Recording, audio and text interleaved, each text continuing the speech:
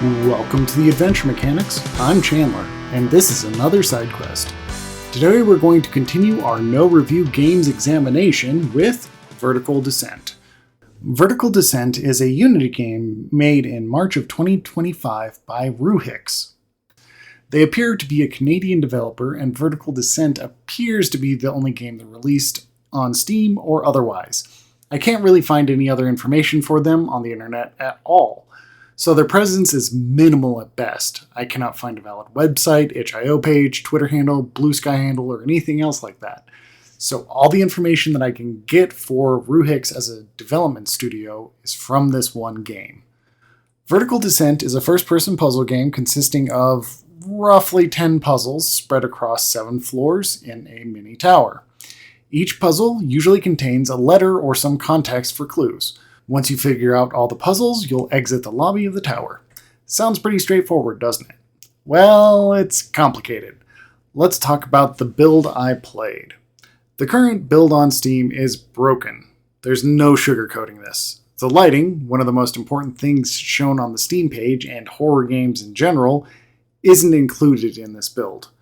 And depending on how you set up the game, there may or may not be more or less broken textures throughout the level. When I compared playthroughs with my co-host Devin, I ended up having a lot more broken textures than they did. Your mileage may vary, but broken textures will never be zero. And since you don't start on the top level of this Vertical Descent game, you can actually just open up the screen door on the elevator and fall out of the game. And once you've broken containment, you can do all sorts of wacky things like walking off the map, channeling your inner Jesus and walking across water, or even just say fuck it and run to the end trigger. The possibilities are limited, but none of them are intended. And this is all before we actually engage with the intended puzzles in this game too. Both Devin and I were able to quote-unquote beat the game in under a minute before we used the elevator. Not a great first playthrough experience, let me tell you. Because of how broken this game is, Vertical Descent smells like this developer's first commercial game. Judging by how little footprint they have online, I'm pretty sure that's the case. That's not to say this game is completely unredeemable, but rather this game needs to be reworked with the player in mind. And that's why I find it so fascinating. This game has potential. It's just so marred by heads-down developeritis. Like they needed to step back, get some external perspectives on their game, and regroup and try again. I'll hold off on further thoughts on that as we get to them, though. Let's assume that you want to play this game as intended and you're able to make your way to the roof, or the 7th floor. You'll see your objective pop up on the screen then. This makes me suspect that there's a build of this game that starts on the 7th floor, but I digress. There's a clue on the mattress that relies on meta-knowledge, i.e. knowledge outside of the game, when you look at your keyboard in this specific case, to give you the code that you'll need to enter into the keypad in the elevator. It's that level of puzzle the designer is putting into the game. Now, I'm not saying it's bad to use meta-knowledge per se, but relying solely on meta-knowledge for puzzles will frustrate players that don't have the same keyboard as you do. And that shows in the Steam Community Hub for this game. When you enter the correct code into the elevator, it'll unlock a button for the next floor. The game continues on to each lower floor where the player must solve a variety of puzzles, many tied together, to reach the tower lobby. I'm not going to go through each puzzle, but I will say that if this game is getting reworked, more clues will need to be sprinkled throughout the environment for each puzzle. Some solutions straight up felt like they were trolling me.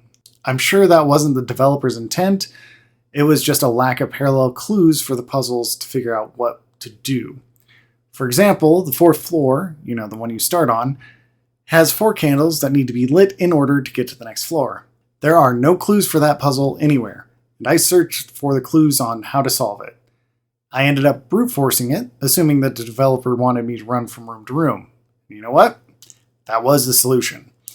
If I wasn't intrigued by the absolute state of this game, I would have gotten frustrated and walked away from the game at this point. This is the first puzzle you'll encounter. Take that in. Vertical Descent is easily broken and the puzzles can be somewhat obtuse. Why is it interesting then? Well, despite not having lighting, I feel like this story has promise. It mostly avoids jump scares and has at least one touching moment where you get to see the deceased person the letter writer tried to bring back. Trying to bring back the dead by any means necessary is a solid plot point to base a game off of, and Rue Hicks touched lightly on the grief of loss. The puzzles that weren't obtuse were interesting as well, and that's a pretty solid base to build from. Like most horror, the game lives or dies on story execution. There are hardly any mechanics in the game, so it only leaves ambiance and storytelling to make the game engaging. And I feel like this game can be changed to make it work.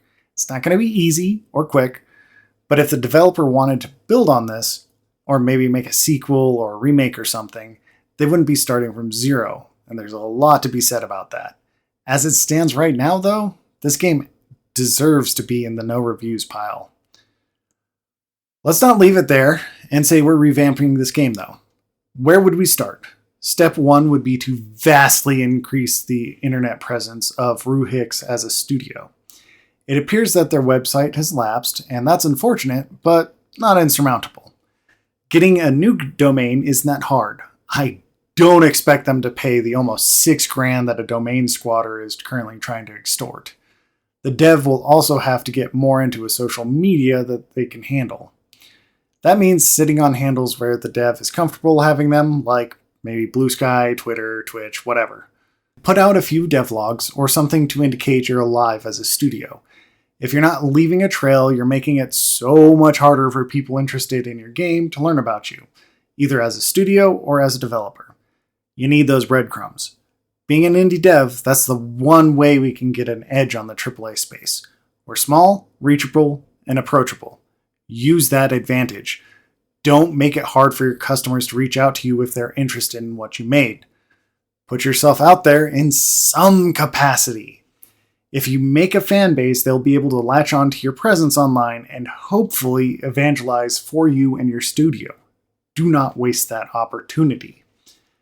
Next, do some market research and play some similarly short horror and puzzle games that are well received. It doesn't have to be on Steam either. If there's a popular horror game in the same vein on itch, try it out.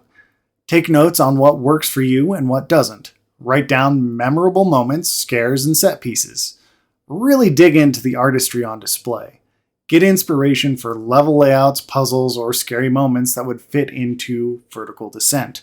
Go back and examine puzzle games and see how they lay out hints, clues, and puzzles. Mock up the puzzles from Vertical Descent to match their style and see if it makes the puzzles easier to engage with. Just because you're an indie developer doesn't mean you shouldn't try out what your peers are making. I know some devs prefer to avoid similar games while making theirs, but from what's on display in this current build, external inspiration is absolutely needed, and it's inspiration, not copying. Take the inspiration and make it yours if you plan on putting it into your game. Your game will turn out far better if you have a base that you enjoy to work from. I promise you that. That's all fine and good, but that doesn't rehab this game. How do we do that? First and foremost, it needs to have the expected player path described. That includes the potential scares, the visual set pieces, where they can look for clues, and most importantly, the story being told in this environment. Each floor should ideally have a visual set piece that feels at home in the world. Not having a morgue on the second floor of an office building or a random pair of schoolrooms on the fourth floor sort of thing. Make the whole building cohesive. Once that's figured out, we need to make the characters. The letter writer needs to have clues of his or her presence described and fleshed out. The players following them, metaphorically. We should know more about them than we currently do. The elevator, yes, the elevator, needs to be better fleshed out and made to fit the world as well. That means making it more like an elevator and not like a box that takes you to a series of screen doors. The dead lady needs to be given more context with the letter writer. And what came back instead of her needs to be hinted at too. I think there's one scare that might do that, and that's just not enough. Once we have all of that defined, we can look at remaking the map. And yes, this map absolutely needs to be remade. There are far too many dead spaces with nothing in them and unintentional red herrings spread throughout. Each floor should have a clear theme and goal instead of using the elevator to move the player to each floor. Make this tower feel lived in. It's the home of the letter writer, the dead lady, and presumably the player. It shouldn't feel like a broken-ass Unity asset. Give each character space to tell their story. Hell, if it's appropriate, use them directly and give them a voice too. You can make text boxes for speech and not necessarily need a voice actor to do that part either. If there is time, voice acting would be a beautiful addition though. It may be out of scope for this remake, and that's fine. Using grunts and other human sounds will work just fine with what I'm envisioning. If you're putting up $100 on a Steam page, you need to make sure that you're going to at least make that $100 back. Maybe even make enough to reclaim the studio domain. Who knows? And that means the game needs to be polished.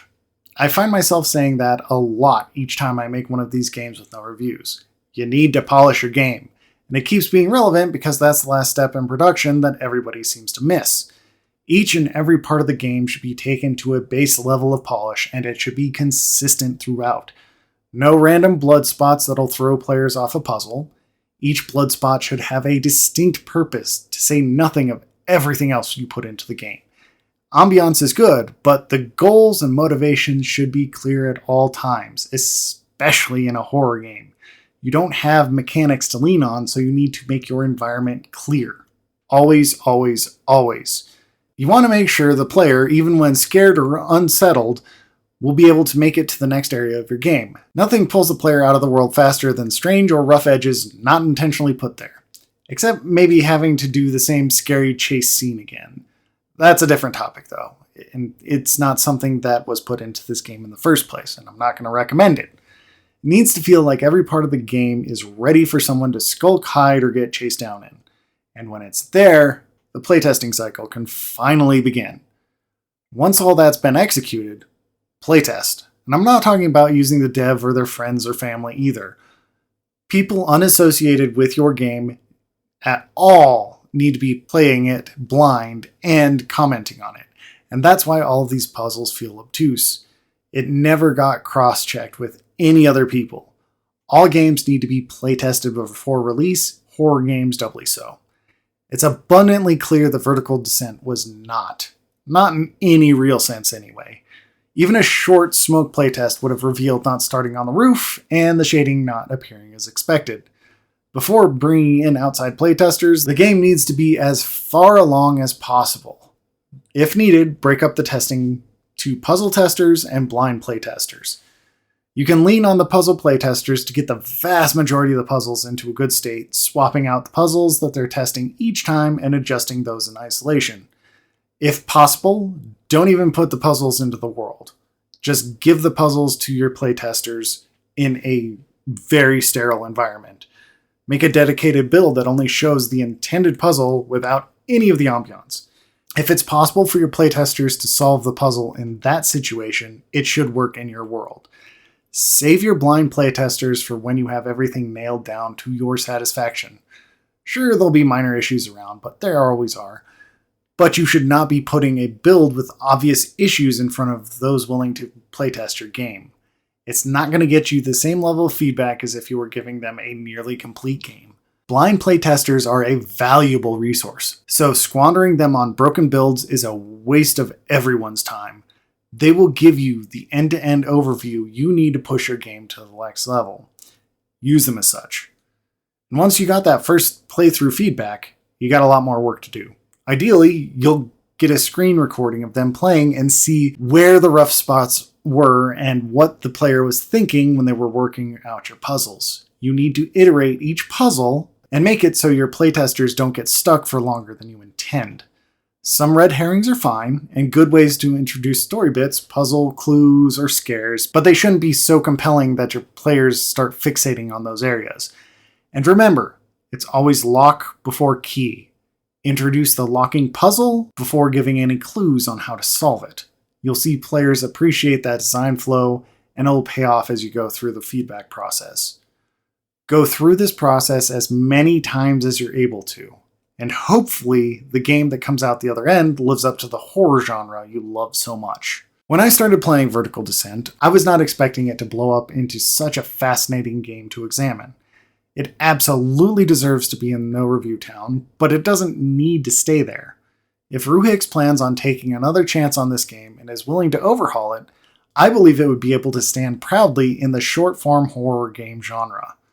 And I'm not even really a fan of horror games either. Something in this beautiful and campy mess inspired and intrigued me enough to spend far too much time in this rabbit hole looking at ways to make it what the developer originally intended it to be.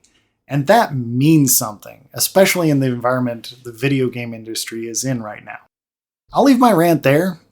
As always, if you have any questions or comments on this episode, leave a comment below or reach out to me on various social media.